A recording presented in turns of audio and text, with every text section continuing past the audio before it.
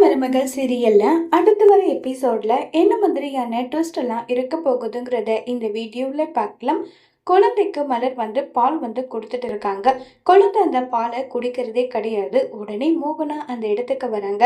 என்னாச்சு மலரு, குழந்தை ஏன் அழுதுகிட்டே இருக்கான்னு சொல்லி கேக்குறாங்க. என்ன பண்றதுன்னே தெரியல அத்தை, நானும் பால் கொடுத்துட்டே இருக்கேன், குழந்தை குடிக்கவே மாட்டேங்குது, என்ன பண்றதுன்னு எனக்கும் புரியல அத்தை, பேசாம ஹாஸ்பிட்டலுக்கே கூட்டிட்டு போயிட்டு வந்துடலாமான்னு சொல்லி கேக்குறாங்க. நேத்து பிறந்த குழந்தைய தூக்கிட்டு வந்தா தாய்ப்பாலுக்கு குழந்தை ஏங்காதா? நம்ம என்னதான் ஊட்டி வளர்த்தாலும் தாய்ப்பால் மாதிரி வருமா? குழந்தை தாய்ப்பாலுக்காக தான் அழுதுட்டு இருக்குன்னு சொல்லி மோகனா சொல்றாங்க. உடனே மலர் அத்தை, குழந்தைய ஹாஸ்பிட்டலுக்கு கூட்டிட்டு போயிடலாம் அத்தை, இல்லைன்னா குழந்தை காலையில இருந்து எதுவுமே குடிக்க மாட்டேங்கிறான், அழுதுகிட்டே இருக்கான், அவனுக்கு உடம்பு முடியாம ஆயிடுச்சுன்னா எனக்கு ரொம்ப வருத்தமா இருக்கு, அதனால குழந்தைய ஹாஸ்பிட்டலுக்கு கூட்டிட்டு போகலான்னு சொல்லிட்டு சொல்றாங்க. இதை கேட்ட உடனே மோகனாவும் ஆமா அதுதான் சரின்னு படுதுன்னு சொல்லி நேரா ராஜாங்கம் கிட்ட போயிட்டு நடந்த விஷயத்தை எல்லாமே சொல்றாங்க. என்னதான் அப்பதான் குழந்தைய தூக்கிட்டு விட்டாலும் தமிழ்ச்செல்வி கிட்ட இருந்து குழந்தைய பிரிச்சுட்டு வந்தது எனக்கே கூட பிடிக்கல தான், என்ன பண்றது, அதுக்காக நம்ம வீட்டு வாரிசை விட்டு கொடுக்க முடியுமா? சரி, ஹாஸ்பிட்டலுக்கு கூட்டிட்டு போயிட்டு வாங்க, டாக்டர் கிட்டே ஏதாவது பிரிஸ்கிரைப் மாதிரி வாங்கிட்டு வாங்க, எவ்வளவு வெளியேனாலும் சரி நம்ம பவுடர் வாங்கி கொடுத்துடலாம்னு சொல்லி ராஜாகம் சொல்றாங்க. மோகனா மலர் ரெண்டு பேருமே ஹாஸ்பிட்டல் போகும்போது கரெக்டா சேது வராங்க. உடனே மோகனா சொல்றாங்க, குழந்தைய ஹாஸ்பிட்டலுக்கு தூக்கிட்டு போது சேது, வண்டி ஓட்டுறதுக்கு நீ வரியான்னு சொல்லி கேக்குறாங்க. சின்னம்மா, எனக்கு ஏகப்பட்ட வேலை இருக்கு, என்னால வர முடியாதுன்னு சொன்னதும் கருப்பு நான் வரேன்னு சொல்லி கூட்டிட்டு போறாங்க. குழந்தை அழுதுகிட்டே போகுது. சேதுக்கா ஒரு பக்கம் ரொம்ப வருத்தமாவே இருக்கு. இருந்தாலும் சேது அது எதுவுமே வெளிக்காட்டிக்கிறதே கிடையாது.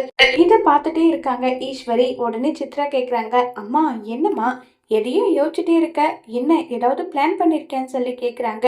ஆமாண்டி, என்னதான் சேது குழந்தைய வெறுக்கிறேன்னு வெளியில சொன்னாலும் அவன் மனசு முழுக்க அந்த குழந்தைய தான் தேடுது.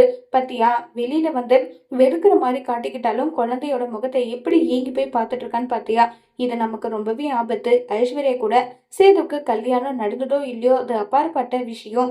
ஆனா சேதுக்கு இனி இந்த குழந்தை மேல எந்த ஒரு அக்கறையும் வரக்கூடாது. அம்மா என்னமா பண்றது, குழந்தையதான் அந்த கிழவி இங்க எடுத்துட்டு விட்டுட்டு போயிடுச்சு, என்னமா பண்றது? இப்ப ஹாஸ்பிட்டலுக்கு தானே போயிருக்காங்க. ஆமா, ஹாஸ்பிட்டலுக்கு தான் போயிருக்காங்க. ஹாஸ்பிட்டல் போன இடத்துல குழந்தைய கடத்திட்டா? அம்மா என்னமா சொல்ற? ஆமா, குழந்தை இருக்கிற வரையும் ஐஸ்வர்யாவோட பிடிக்குள்ள சேது வரமாட்டான். குழந்தை இல்லைன்னா கொஞ்ச நாளைக்கு ஃபீல் பண்ணுவாங்க, அப்புறம் கண்டு காணாத அவங்க வேலையை அவங்க பார்ப்பாங்க. அதனால எந்த ஹாஸ்பிட்டலுக்கு போறாங்கன்ற விஷயம் மட்டும் தெரிஞ்சா குழந்தையை கடத்துறதுக்கான ஏற்பாடு நான் பண்ண போறேன்னு சொல்லி ஈஸ்வரி சொல்லிக்கிட்டு இருக்காங்க. ஈஸ்வரி சொன்னதை கேட்ட சித்ராவுக்கு ரொம்பவே ஷாக்கிங்கா இருக்கு.